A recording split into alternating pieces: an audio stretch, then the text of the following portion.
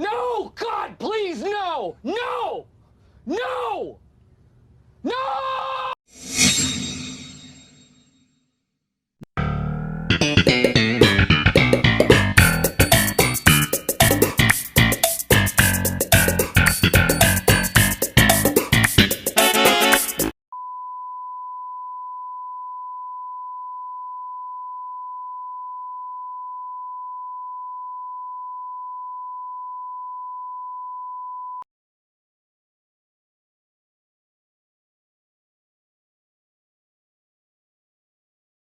Man, oh man, Sega seems to be throwing out treats before we even reach Halloween, and with October balance changes, bouncers have quite a new few tricks to master. I'm Ryu Tensei, and this is the State of Bouncer in Episode 5. Sega describes Bouncer as a melee support whose strength lies in its ability to buff others by applying supplemental fields. Like every other game where the developers are disconnected, that's the furthest thing from the truth. Bouncer is a hybrid DPS that prioritizes attack methods between burst and sustain depending on their cooldown situation at hand. From unleashing a flurry of attacks with a wide hitbox to melee range PP dump and animation cancelling, Bouncer offers a ton of core rotation options for damage output, leaving little space for error on the player's part. After 2 episodes of roundabout balance patches, Sega seems to have finally solidified the roles of Bouncer's weapon repertoire and raised its usage to be on par with standards in Episode 5.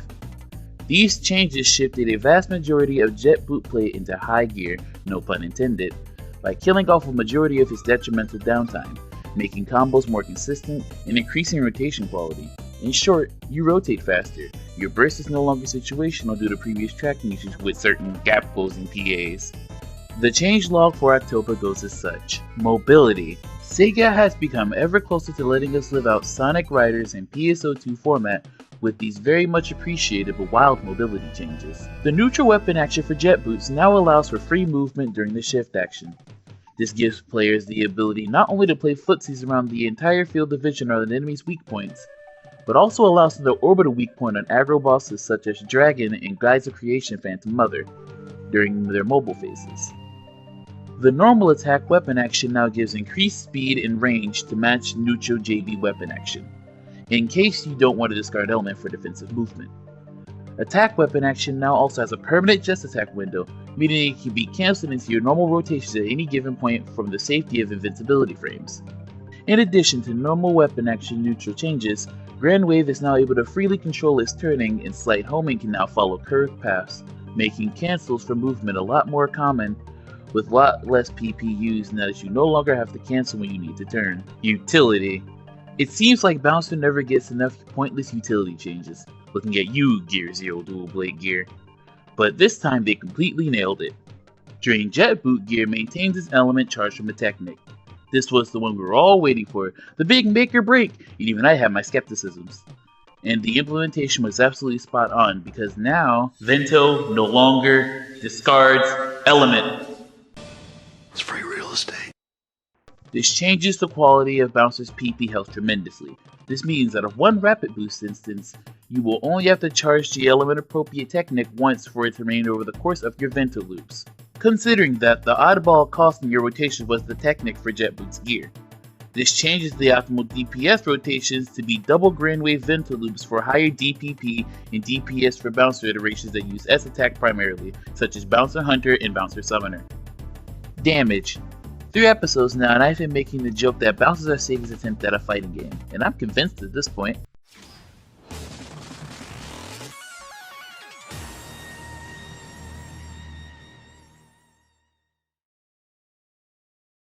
Since the name of the game right now is Cancels, Cancels, Cancels, Grand Wave's Just Attack window has become incredibly lenient. Normally the J window has around a second of animation lag before the final arcing kick before the J window appears. Now it acts similar to Kestrel Rampage, where the window appears as soon as the second half of the PA starts. This shaves off a significant amount of time per rotation off Grand Wave, considering you completely cancel the ending lag now by going into your next action immediately after the damage, which lies primarily at the start of from point blank and the last kick of the flurry. Now this one's lost on me, as Jet Boot normals were already significantly strong due to D-band PP restaurant rate, and their base damage, but it was buffed again because Sega is intent on driving the point home that everything about jet boot rotations is burst oriented. Now maintaining your PP cost, be it for PP Slayer or otherwise, competes with Grand Waves in terms of damage sticks, as does Strike Dust. Now I hand this over to a special guest. He encouraged me to play Bouncer when I started, and led me to make a name for myself in the most well-known Bouncer guy to date, GH Neko. Now Neko, tell me, what is your opinion on Bouncer in the current meta, off-meta, and the state of gearing up in current date? Alright, so my opinion of Bouncer meta is basically pretty much the same that I've always had. You're not gonna look at your MPA composition and be like, where the fuck's my Bouncer at? You know, unlike versus like, where's the Force at, or where's the Hero at, or where's the Gunner Fighter at? You know, no one's gonna miss a Bouncer in their party, and if they do, it's probably simply because of the fact that it's like a Bouncer pot, it's a Bouncer MPA, so they're just trying to figure out where all the bounces at.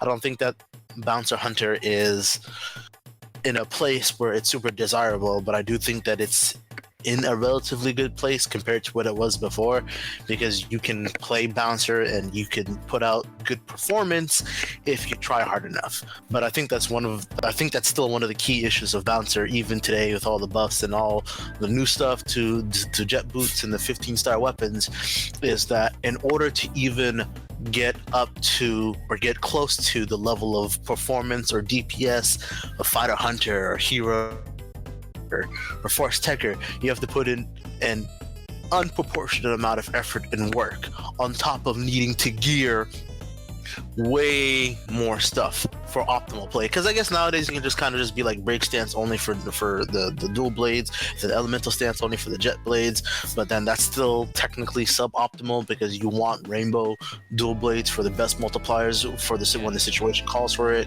So yeah, at least 2 elements. You know, optimally you want all 6 elements, but at least 2 elements, a light element and the one for the most relevant content, and you know that'll get you by for 95% of the content. But the point of the matter is, even if you go with 2 dual blades and even if you go with 1 jet boots, you still need to gear at least 3 weapons. Unlike, you know, Force Tekker, which really only needs like Rod, I guess nowadays. You don't really even fuck with Talus, but you can if you want to. And then Hero basically only needs fucking Sword, because Hero TMG and Hero Talus isn't all that great still, and you can probably just get by some half-ass effects for TMG and Talus. And then Gunner Fighter just fucking uses TMGs and does anything. So you generally have to, on average, put in more resources to gear your weapons for bouncers, put in more resources to manage your bouncer resources, because you've got to manage your actives, and then you've got to manage your weapons for the most appropriate situation, which you don't really got to do unless you're playing Fighter Hunter. But that's just how Fighter Hunter works, and it's still freaking way stronger on average than Bouncer Hunter can be. Yeah. So it's just kind of like, you don't need a bouncer. Bouncer's not bad. It's a lot of fun. It can be really good. You can do well with it, but like, you'll never be like, where's my bouncer at? I need a bouncer in my MPA. I need a bouncer in my party. Unless you really want, like, you know, an extra 3 PP on downtime of all things, or you really want that extra 30% critical. Which in that case, there's Tekker for a reason. There's Tekker, or there's Crit Ring, or, you know, there's literally the better half of Bouncer Hunter, which would be Fighter Bouncer. Uh-huh. But yeah, that's how I feel about. That's how I feel about Bouncer when it comes to regular meta stuff right now. So, about off meta. Okay, well, where do we start? Okay, so I think Bouncer Fighter is probably still in a good place as long as they really optimize the usage of Guiles and its potential and exploiting Chase as much as possible. But I do think that the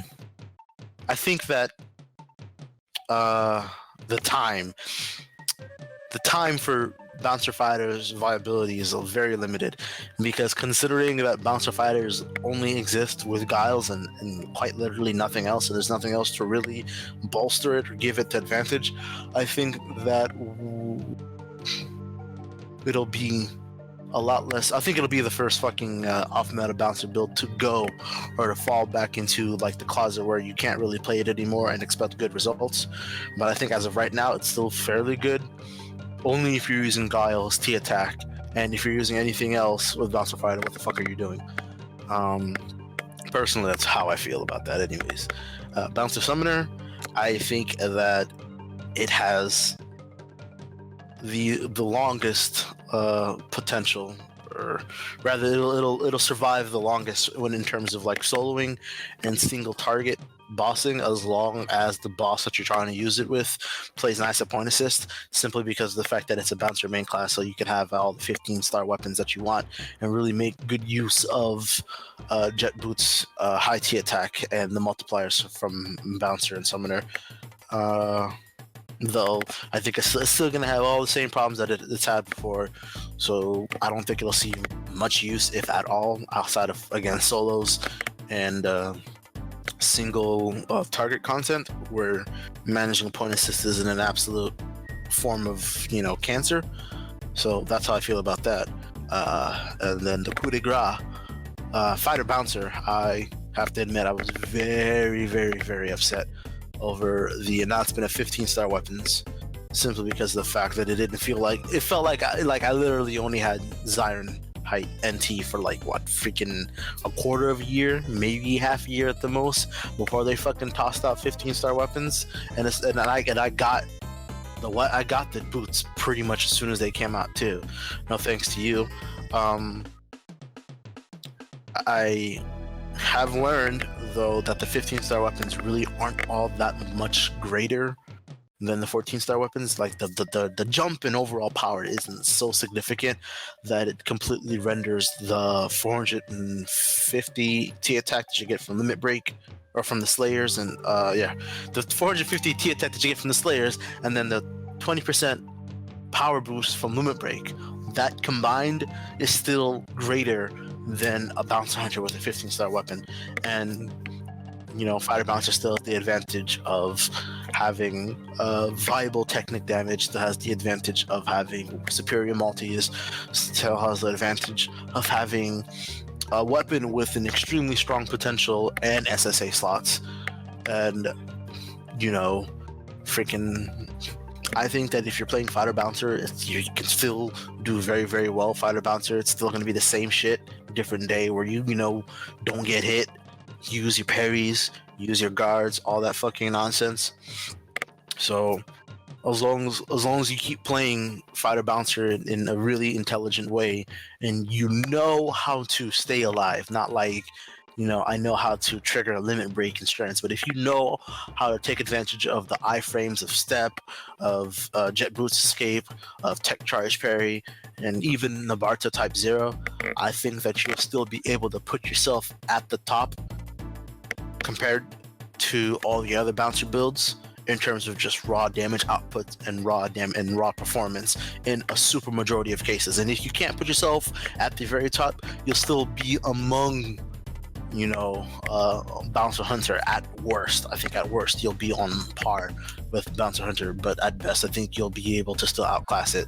So there's still a strong reason to play Fighter Bouncer in a good amount of content. I'm not going to say all content, but a good amount of it, because from my personal experiences, when I was running around Ultimate, when I was running around freaking the raid bosses, I haven't done Masquerade yet just because I haven't really had a strong interest in it, but even in freaking Fanatical Phantoms and all that fucking garbage bullshit where everything can kill you in one hit regardless of your HP and if you have the band or not, I still saw a very strong performance relative to basically everyone except like the super top tier players like Ponfi or Mirandel or freaking, you know, Anfer and all the motherfuckers that just be dominating the top echelon of PSO2. Well, compared to those guys, I'm still, me personally, and I think the build have ways to go to catch up to them, but compared to everyone else is free. No one really comes close to the type of performance Fighter Bouncer can come out, except Gunner Fighter. But we all know what the deal is with Gunner Fighter is. I think in some quests, like, Omega Luther, for example, or freaking, what's that fucking shit called? The new Emergency Buster quest, the latest one. I think in those types of quests, some classes can really put out good performance over Fighter Bouncer simply because those quests are more tailored towards those quests. I actually wouldn't even say it's more tailored. It's more or less that they have an inherent aspect of it that prevents Fighter Bouncer from living up to its full potential. Like, for example, the Emergency Buster quest, they're just, on average, there are like 2 to 3 different elements among all the enemies, which doesn't play nice with Zyron height, and that's a fault of the weapon, not even the class. Actually, now that I think about it, so because of the weapon, Fighter Bouncer can't live up to its full potential. But when you get like single element quests, or you get quests where you don't have to really swap out a lot of elements, or you get quests where you aren't being heavily aggroed, and there are lots of hitboxes coming at you from off screen, I think the class is probably among one of the strongest. And you might not think that, but it's kind of hard to contest the actual numbers you can put out with Fighter Bouncer when you don't make an exorbitant amount of mistakes. That's how I feel about Fighter Bouncer nowadays. Okay, so last question for you. So how was gearing Bouncer in episode 5? Fuck 15 stars. I think they're fucking garbage. I think 15 stars were introduced way too early. I think that they didn't add enough 14 stars in general that were good, and not them fucking meme and a half seasonal weapons. I think that there should have been more multi-class 14 stars. I think there should have been more off-class multi-stars. I can count the number of off-class 14-star weapons on a single hand, okay? A single fucking hand. And I don't even have to use all my digits. Okay? That's how few off-class 14-star weapons that there were before they decided, hey, let's go with the 15 stars. Herper derp derp. Fuck them motherfuckers. This shit's so stupid. Fuck 15 stars. Wasting so many people's times. And then when they bring the 15 stars, they have the audacity to be like, hey, remember all those 14-star weapons you tried busting your ass for? They're in a fucking collection file now. Hooray! Brava! Yeah, it's bullshit. And I think that in itself should be really telling how much I give a shit about 15 stars. You can gear your 15 stars, and you know what? Cool. You'll do 30% more damage relative to, your 14 stars. Unless you're fucking farming Masquerade, then you're doing like double damage, because for whatever fucking baby's ass reason, they decided the Masquerade should take extra damage from 15-star weapons. And niggas like, what? Alright. And then, secondly, them fucking units, the livestream units, I've heard some shit about them. Them shits sound pretty fucking good. Like delicious. Like, bueno delicious. But like, they don't even seem all that necessary. I think that we're reaching... I think it's called Moore's Law, I believe. Let's see. Moore's Law. Yeah, I think we're seeing something akin to Moore's Law when it comes to equipment nowadays. I think that even though they keep putting out more and more like weapons and equipment that are better than the last, because that's just what happens with MMOs or eventual power creep, I think the necessity to jump from 14 stars to 15 stars, or to jump from, bowed to light stream units or what the fuck ever, I don't think it's really not that. I think it's the least necessary now than it has ever been. I think a lot of the focus is now shifting towards your potentials, your SSAs, and your just general player skill, whether you're playing multiplayer content or solo content, or you're doing solo versions of multiplayer content and whatnot.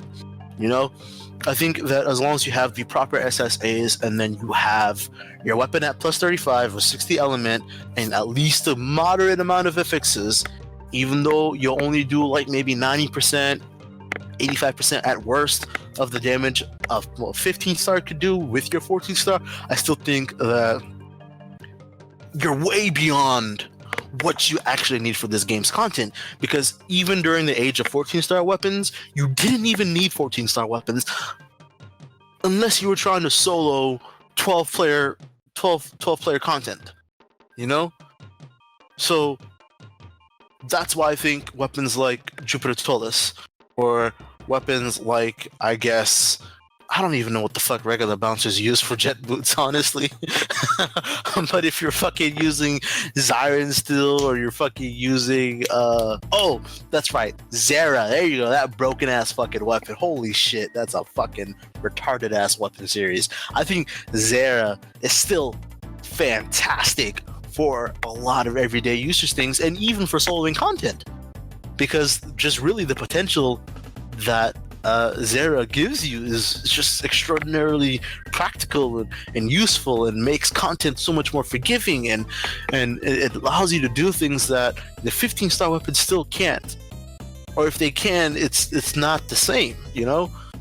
So yeah, you can fucking bust your ass for an Autist 15-star, or fucking, you know, your Atra EX or Lightstream, what the fuck ever Persona gives you now. I don't even think it's all that special. I think they came too soon. I think they're not necessary. I think that they should have fleshed out 14-star weapons more. I hope that they will give us off-class 15 stars, because honestly, considering that Phantom is gonna be allowed as a subclass, I think that they really should, so that we can get the most out of subclass Phantom. But really, man, you can stick to your bodes. Maybe your bode in PvP, or the freaking Dark Fowls units that you can get from the latest EBQ. Just motherfucking get them shits. Get the right rings. Make sure you put some really good affixes up there, and guaranteed you that unless you're competing against the top echelon of players, you're not gonna have to worry about underperforming unless you're bad. Then you're underperforming because you're bad, not because of your gear. It ain't that deep where you need 15 stars. That's what I think, anyways. Oh, I can totally agree with a lot of that. I take it upon myself to go out here and analyze all this stuff so people know these numbers just in case they do want them. But dude, I could have just found my 14 stars. I just happen to have all the bats on hand, so I just like, you know what? Let's get it out the way. Let's get it out. Yeah. Yeah, I do think that if you're gonna bust your ass for a 50, first of all, let me say this: these 15 stars are not very impressive for the fact that they're considered 15 stars. However, these are the baseline for 15-star weapons. 99% of the 15-star weapons that will come out from here on out will not be weaker than these weapons. There may be 1 or 2 15 stars that come out later on in PSO2's lifetime, like, you know, like the version 2s, for example, were weaker than some 12 stars. So there might be some 15 stars that come out that are supposed to be like some freebies or giveaways or new player incentives, that will be weaker than these 3 15 stars that we have now. It might even be weaker than some of the strongest 14 stars. Sega's probably going to do that once we get into a point where everyone has to have 15 stars. So if you really want to go all out on 15-star weapons, I mean, be my guest. I'm pretty sure it'll last you a significant amount of time. And at the very least, the SSAs that you put on the 15 stars, you can swap them over to the new 15 stars and not really have to lose them out for good. But I guarantee you, give it like 2-3 months, maybe 4, the next seasonal, you know, there's either going to be a brand new 14-star or they're going to be a brand new 14-star with a 15-star. Guarantee you at the start, when episode 6 come out, they're probably going to be like 3-4 more 15 stars that are probably going to be a good deal stronger than what we have right now. And that's just the nature of putting out a new episode, new class, new 15 stars for that class to, you know, play on the class gimmick, as the class gimmicks and strengths and all that nonsense. So I'm not even sure right now if investing deep, like balls deep in these 15 stars, will be the best choice. I think the strongest contender for best choice for really heavily investing in would be Atra, but that's just because it has the S4. But I can almost guarantee you that episode 6 is going to have a new S4 weapon and it's going to be better than Atra. So my honest opinion, probably hold out, get the 50 stars, but don't super invest in them. But it's not like you'll be fucked for sure if you do invest in them. And if you do invest in them, just go all out. Don't half-ass it. All right, that's I actually feel a little bit like that too. I'm glad I didn't completely bust my balls. It was nothing too expensive on my end either. Just that's exactly what I'm against. Like, oh, I'm gonna throw a grease power on this new weapon. I'm like, no, I'm not. Oh, I feel bad for all the niggas that use their mark receptors on old weapons. Oh man, motherfuckers use mark receptors for fucking Mark Corgena on like Ceres, or even the ones that use it on like Autist NT. Oh man, nah, I feel bad for y'all. That was a waste. All right, thanks for coming on. I'm gonna go ahead and wrap this up. I appreciate your opinions. It was great chatting with you. Yee. All right, man. Thanks a lot for having me. So now I want to wrap this video up with basically how I felt about Bouncer throughout the entirety of episode 5. It actually wasn't that bad. I finally saw Jet Boots come into play the way I've wanted for over 2 episodes. Remember back in episode 3 where it was like, nah, Jet Boots suck. Yeah, they're only easy to bother for Tex, Tebow, and all that business. No one ever felt the real burst of Jet Boots. But basically when I started, I was ridiculed for it. I was like, nah, they can definitely fix this. I started to see some changes come through in episode 4, and by the time Day's release was out, I already was seeing people starting to use Jet Boots seriously.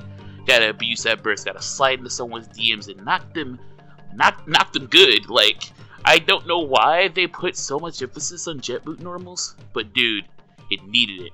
And then they finally fixed the Vento problem. I'm like, yeah, we're slowly getting there. It come a long way since episode 3.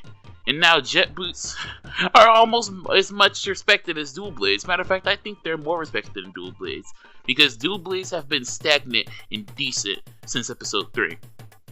And they didn't get any better. They kind of just stayed in place. The Dual Blade changes have been super lackluster. There's been 2 rounds of balance changes that were centered at Bouncer, and even though Dual Blades is doing fine, they could have used a little bit of tuning. Like, why have they even been the same for basically 2 episodes? He was like, but they're already strong. They have Jupiter Tillis. Don't get me wrong, Jupiter Tillis is the god Dual Blade. 14 star that lasted all the way up through episode 5. Now that's ridiculous.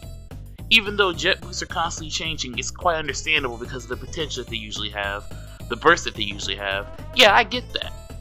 But it could have stood to make Dual Blades stand out a little bit more. I hope in the coming episodes they'll bring Dual Blades up a little bit more, because what is that Gear Zero Dual Blade change? What does that do? I mean, PP region, but I have DPPR and I have VPPR. If I have any kind of common sense while playing Bouncer, this is a non-factor. And, you know, my biggest complaint with Bouncer is, elemental stance. How about we, bring those numbers up?